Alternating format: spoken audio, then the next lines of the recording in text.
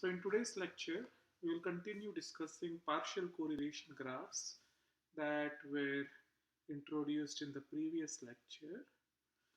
Uh, so here the idea is each data vector X consists of some features, say D features, and we want to construct a graph with D vertices, and we want to put an edge between x1 and say x3 if there is sufficient evidence for correlation between them.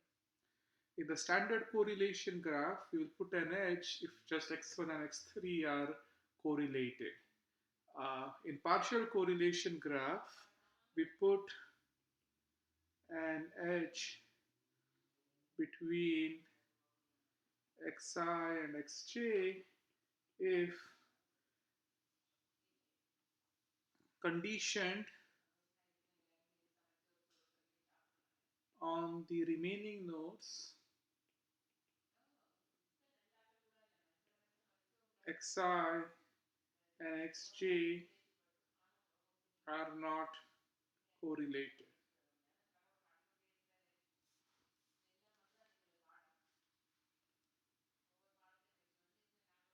So if z denotes the collection of the random variables x minus the variables of interest, then we put an edge between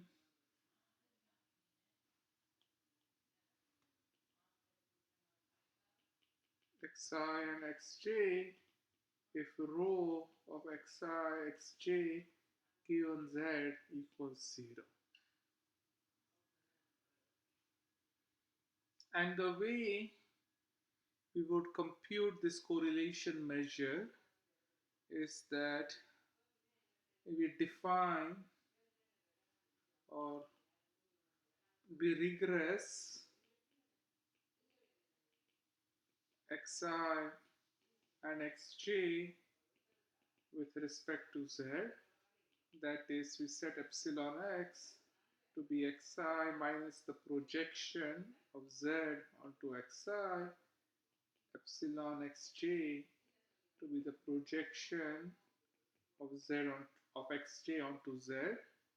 So the way epsilon xi is computed is that it is xi minus some beta transpose z, where beta is selected to minimize expected value of epsilon x squared, should all be xi. So this is expected value of xi minus beta transpose z squared, and epsilon xj is defined similarly.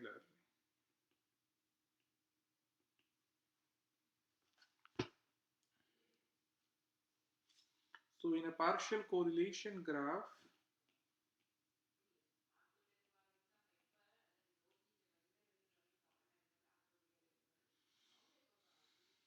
we for each pair xi xj we compute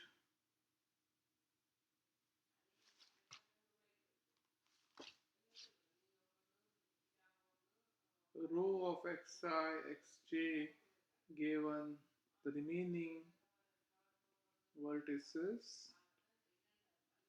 This is the covariance of epsilon xi and epsilon xj, which were defined previously.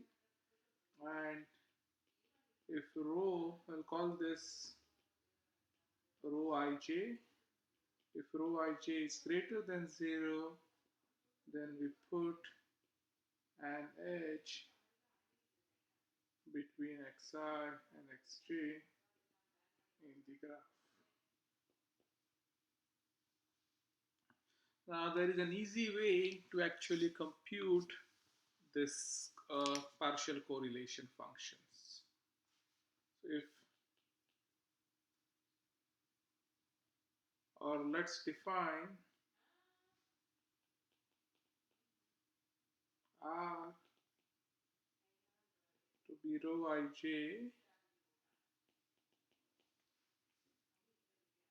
be the matrix of partial correlations between xi and x, matrix of partial correlations. So the ijth entry is the partial correlation between xi and xj. Then R can be computed as follows.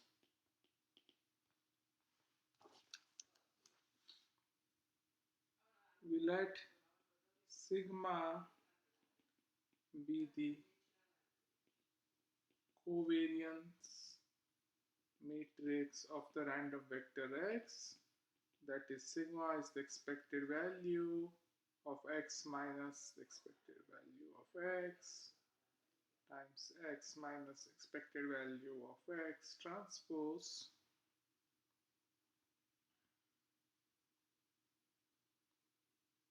then we let omega equals sigma inverse be the precision matrix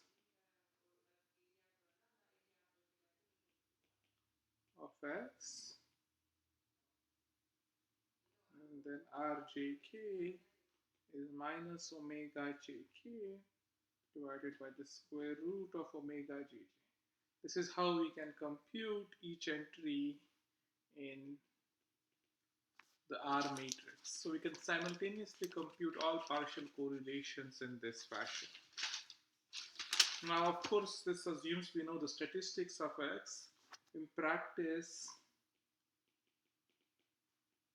we may only have the samples, say x1, x2 up to xn, which are sampled IID from Px, and we want to generate the partial correlation graph. So to do this, we can always estimate the sample covariance matrix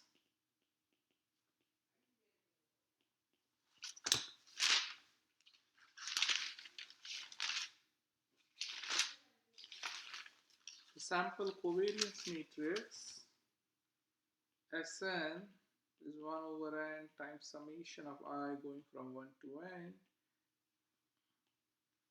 x minus the sample mean times the sample mean transpose, and the sample mean is just this quantity, and in low dimensional settings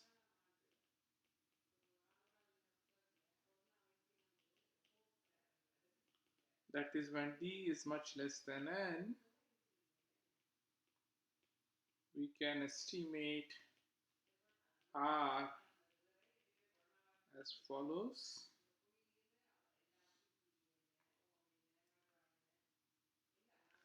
We just first let omega hat to be the inverse of the sample covariance matrix, and then R hat of j comma k will, should not use the proper notation, is minus omega hat jk divided by the square root of omega hat jj omega hat kk, and we use threshold test, that is, we can set R hat of, we check if R hat of jk is greater than some alpha, and if so, we reject the independence, or we reject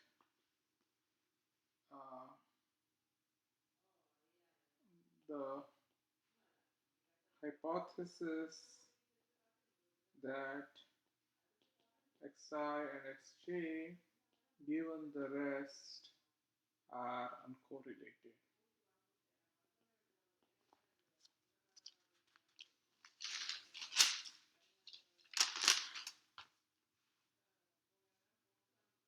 In high dimensions,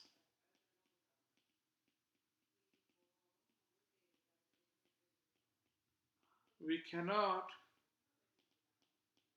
reliably estimate omega, as Sn will not be invertible.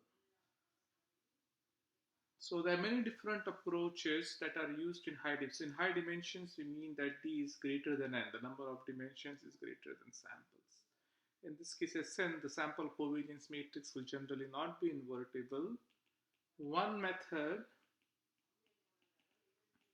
is to use what is called a shrinkage estimator. And the idea here is that omega hat can be written as 1 minus epsilon Sn plus epsilon d inverse, where d is a diagonal matrix whose entries dii is just the entries of the sample covariance matrix on the diagonal. And there are principled ways to select epsilon in the literature. Another method is graphical lasso.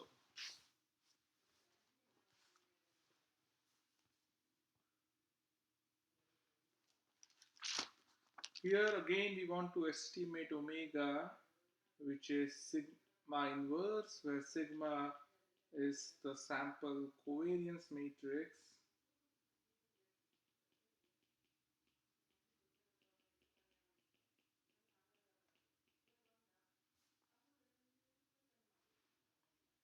Now the way this is done is that we solve a convex optimization problem.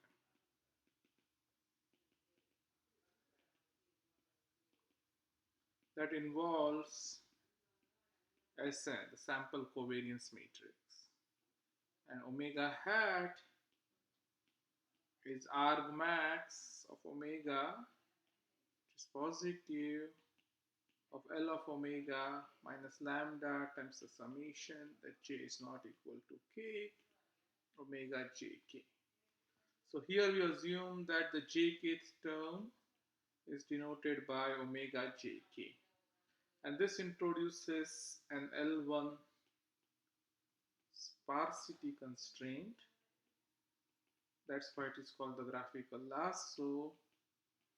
And L of omega is n over 2 log determinant of omega minus n over 2 trace of omega Sn minus nd over 2 times log of 2 pi. And the intuition is that L of omega is the log likelihood function of our data set D when we assume that the underlying distribution is Gaussian with a covariance matrix sigma, and we in a sense also assume mu is unknown, but we maximize over mu. There are other heuristics that can be used. For example, we can regress each pair of variables with respect to the remainder. So for example, from xi and xj, we get to epsilon xi and epsilon xj, and then use the Kendall tau statistic over the regressed variables.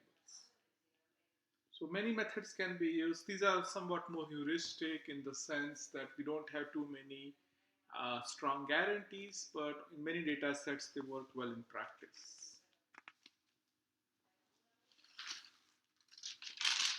Now, what we have discussed so far are correlation graphs.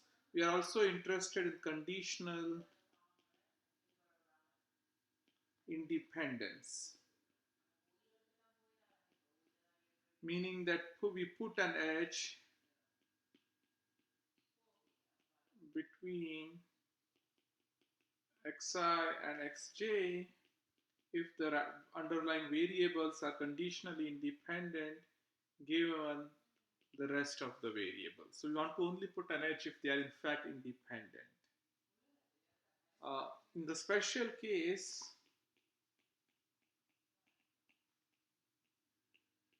when X is a multivariate Gaussian, it turns out that correlation implies independence. So the partial correlation graphs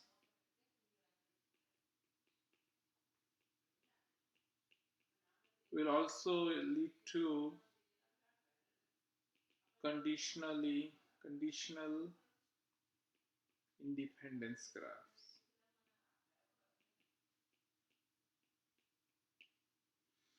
However, in general, finding conditional independence is significantly harder than finding partial correlation. There is one other case where it's easy to find conditional independence, and this is when in the setting of discrete valued random variables.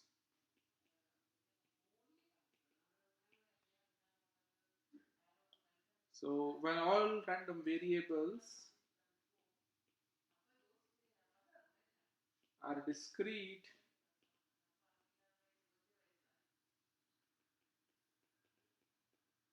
the joint distribution has a special form. It becomes a multinomial.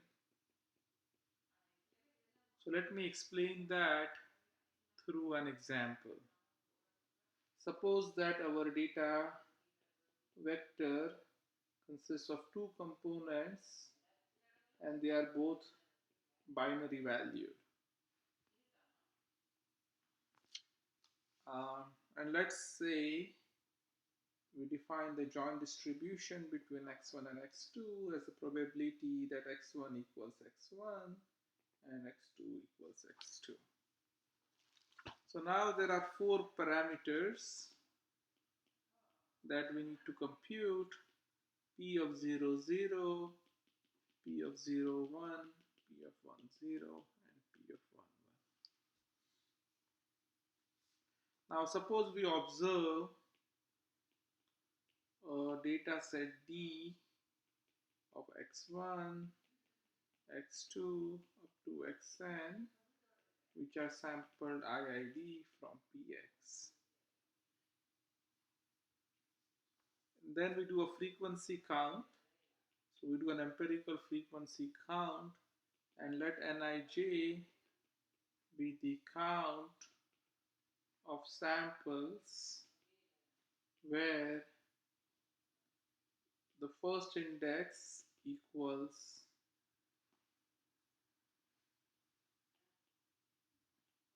the first index x1 of t equals I and the second index equals j.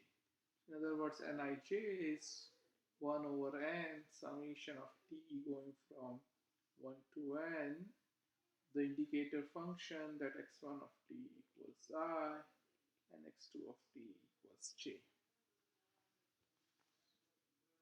Then the likelihood function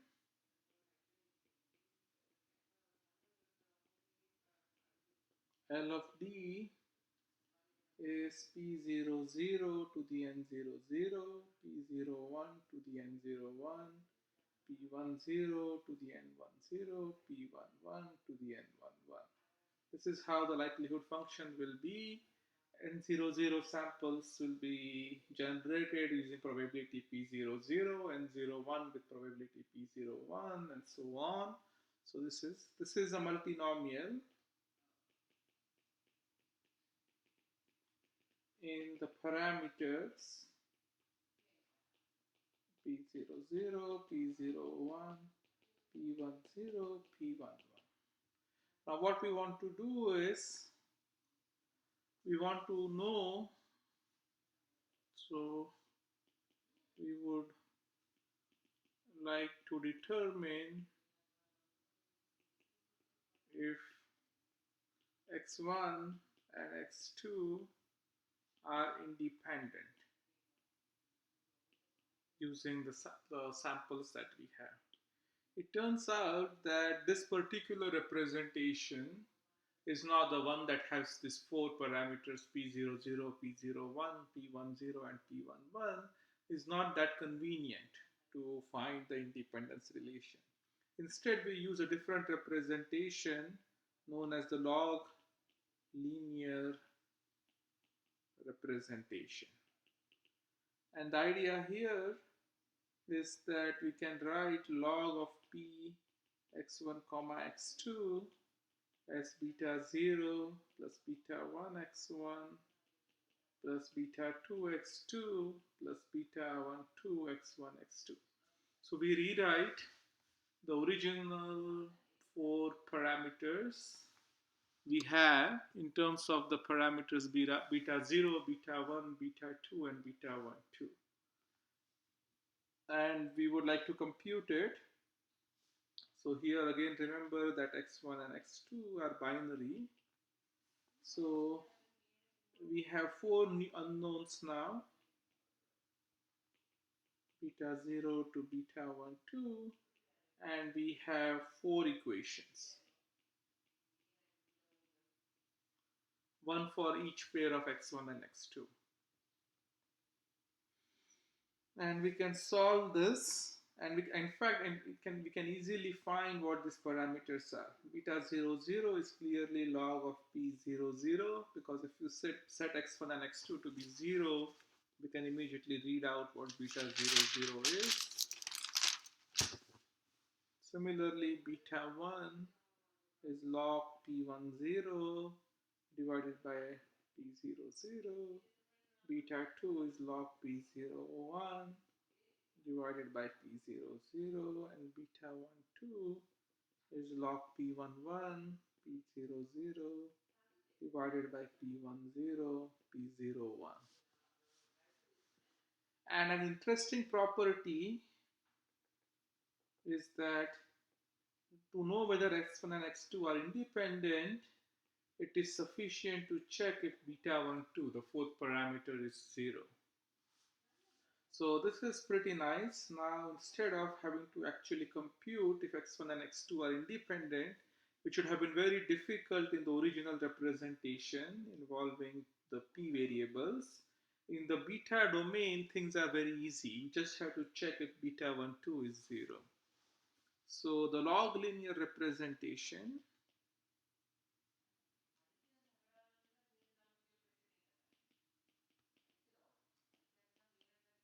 converts the problem of finding conditional independence to the problem of testing if some parameters are 0.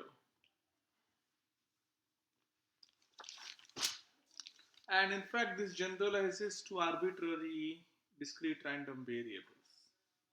So for example, if x is x1 to xd, where each xi is a 0 or a 1, then we can write log of p of x1 to xd in the following way.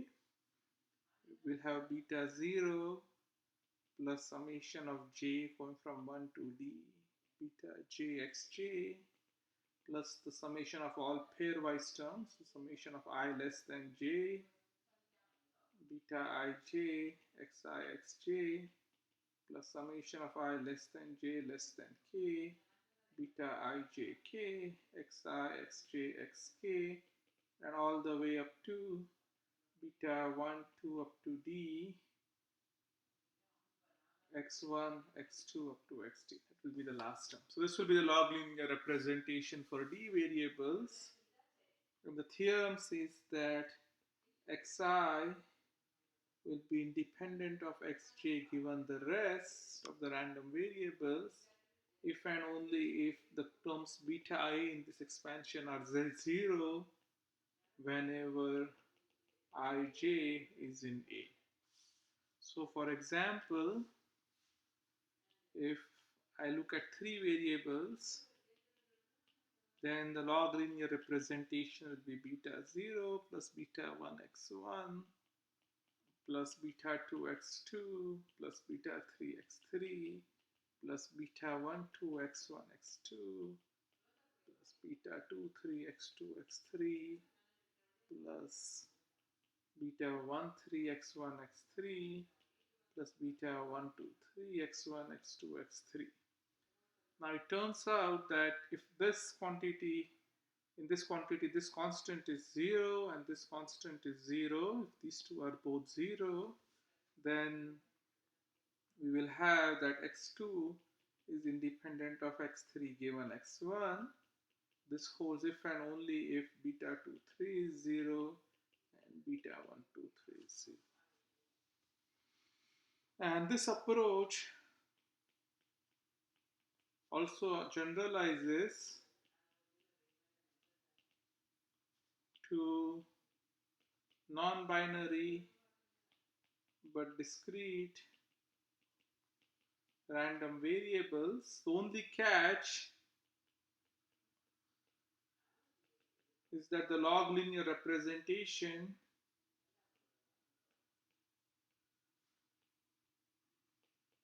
may not be that easy to compute. So this is how much we will discuss in terms of graphical models. The last topic will be Gaussian processes.